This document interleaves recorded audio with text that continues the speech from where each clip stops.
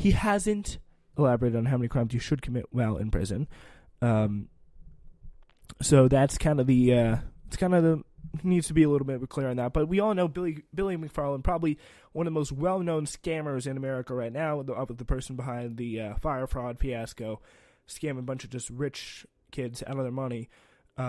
So, I mean, honestly, it's not too bad, but still. It seems very likely that he will be selling counterfeit Super Bowl tickets. But I say, just some advice to you here, everyone. Avoid spending your money on anything when it comes to Billy Farland. We just talked about this. Nostradamus, I don't know. Tony Romo. How many plays? We got to get in the betting side of this now. How many plays would Tony Romo correctly predict during this Super Bowl? He ascended really to another play when he predicted 15 plays and got 12 of them correct during the AFC Championship game. What is that? This be a pretty high percentage. This is 12 out of 15. That's 80% of his plays called. He got correct. But almost all of his calls last week came in the final minutes of the fourth quarter or in overtime. If you had taken this same bet for Romo in the Pats-Chiefs game, you'd have been sweating it out so much. The possibly a 7 over-under on this is 7.5 plays that he gets correct. Like, it's really nervous. So if you really want to, if you have to have the stand up, and all the calls he likes to do come very late in the game, so it's tough, really, to be sure that he's going to actually get it done. It's going to be very nerve-wracking when things really get down to it because you don't have the right look on it. Not to mention Chiefs defensive coordinator Bob Sutton was so bad adjusting at the end of the game that he was fired on Tuesday. So that's tough. It's unlikely Wade Phillips would do anything as predictable as Sutton did in the Super Bowl. So Romo did make some excellent calls during the Super Bowl and probably during the championship game, but expecting 8+ correct calls in the Super Bowl with a little bit higher defensive coordinating abilities is going to be a pretty tough order. But I say under just to be completely safe. Under is definitely the safer bet. We're going to actually talk about this actual game. How many interceptions will Jared Goff throw? The over-under here is 0.5. That's what we're looking at as the over-under. And you know what? We can look at some that actually involve players in the Super Bowl here for this prop bet system. Goff played extremely well in McVay's system in the first half of the season, but he declined after beating the Chiefs on Monday Night Football and getting wrecked by the Bears. Goff has some tools that make every throw, but often waits to pass until after the receiver has created space rather than anticipating when the receiver will get open throwing ahead of time. This could be more dangerous here against Bill Belichick because every time Goff has put the ball in the air 30 or more times since the Chiefs game, he's had at least one interception. The Rams can minimize obvious passing downs. It'll help. If that happens, it can really help Goff out a bunch. But the staff that gave Malcolm Butler the information to jump Russell Wilson's pass in the Super Bowl against the Seahawks will be well prepared to jump any of Goff's throws this time around too. So the possibility, I'd say, is going to be an over on this one. How many pass attempts will Tom Brady have? The over-under here is 37.5, and the bet is over. Will James Devlin score a touchdown? Odds 1,200 in favor. The Pats fullback has 4 rushing touchdowns on 6 carries this season. He's on the field for the Pats often in short yardage situations, and the odds of him kind of getting a goal line carry just past the defensive line for the Los Angeles Rams is actually pretty high, so it's very possible. Yeah. Coin toss time. What's the most money you've ever lost in coin toss? Double it. Have some fun. It's gonna be very tough, but you should have some fun. It's the Super Bowl. Come on, people. Like, what are we doing? Yeah. So, on that note, we're gonna be talking now. Speaking of from financial bets one to another. How will the S&P 500 perform by market close on the Monday after the Super Bowl? Will the odds are the Patriots win the Super Bowl and the S&P 500 index closes above the previous close. It's 200.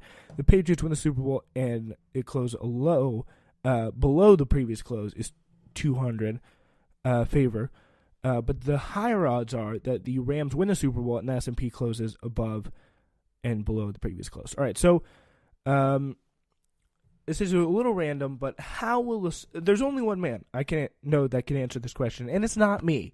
It is my father, an analyst here at the Spenser Walsh Radio Network. He's literally just outside the studio right now. So I'm going to go, if you just give me a minute, I'm going to come in and find him and help answer this question. How will the stock markets react if the Patriots or the Rams win the Super Bowl? All right, so yeah, thank you for stopping by. Really appreciate it. Just want to ask you again one quick question. So how will the stock market perform if the Patriots win the Super Bowl, and how will it perform, do you think, just in your best guess? So I'm going to fun with it. If the Rams end up winning the Super Bowl. Well, the only data on that subject is a superstition that if the AFC team wins, then the market will go down, and if the NFC teams wins, then the market will arise. It was a theory first expressed by a market watcher several years ago, and it really is more of a coincidence than anything else. Because if you believe anything that ridiculous, then chances are you probably don't have any money to be in the stock market anyway. Ooh. So basically, whoever wins the Super Bowl will have exactly no impact on the stock market or the economy. All right. My opinion. Right. That settles it. Be something to talk about, though. That's about it. Yeah. All right. So, but happy to answer any other questions you might have. Who's going to win the Super Bowl? How about that? Expecting the Patriots, rooting for the Rams. All right. That's always a fair enough. That's a smart play. Thank you. Thank you very much. That is our business specialist, Nicholas Walsh, coming in, helping us out. And you really would be better off on that front, just pretty much betting on the coin toss. So, yeah. That pretty much just settles up. I'm going to put that microphone away now. But still, James Harden is averaging right now 17 3-point attempts per game since Chris Paul got hurt on December 20th. He's pushing the limits of basketball and has invented a new kind of triple-double in the process. And you really cannot bet against him. So the bet is here, what 3-point game will James Harden's 30-point game streak end first, or Super Bowl 53? That's the question.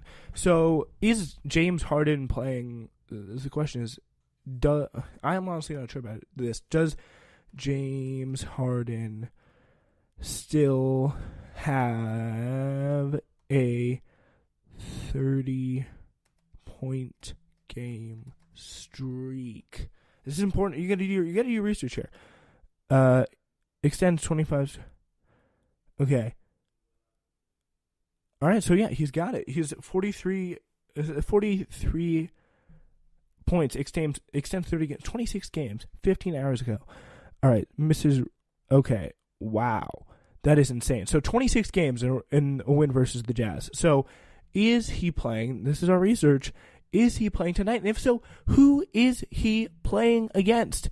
That's what we all want to know, folks, right? So let's see. He is not, from what I understand, he's not playing tonight. So they're good. They're good. We got it. So that's Super Bowl. It's easy money on that one. All right. So, yeah. Now that we finished with the prop bets, let's see. What else do we have for you? We have a piece of audio that pretty much shows you exactly why you should root for the Los Angeles Rams. Because Tom Brady makes out with his son. I think you may know this, but this is from TMZ. And we're obviously going to beat out that obnoxious guy, but still, Tom Brady, in the Tom vs. Time documentary that he himself released, has a video of him and his son. I think his name is Jack or something like that. People are very, very weirded out by this. Him just making out with his son. I don't know what it is, so here it is.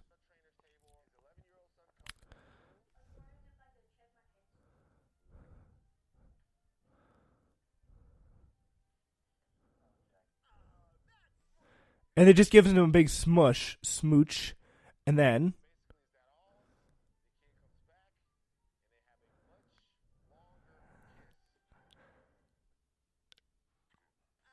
that's like a good 5 seconds. That's a good 5 seconds, full on the lips. I don't know if you haven't seen that, but you can pucker up because Giselle ain't the only one. Tom Brady put his lips on. Jesus, yeah, very, very creepy stuff. So anyway, yeah, that's your main reason, ladies and gentlemen. About that's how it all went down. That's your main reason why you should be tonight rooting wherever you may be. You should be rooting to see Jared Goff, Sean McVay, and company win Super Bowl 53. It's going to be 6 p.m. CBS. I'm going to be watching. I hope you're going to be watching. We're going to have the full recap of anything crazy that happens tomorrow for you on the Wake Up. Thank you so much for listening. It's been fun. Peace. Have a good Super Bowl, everyone. This is your Super Bowl special for the win. We're back next week with the show, regular time on Saturday. It's for the win.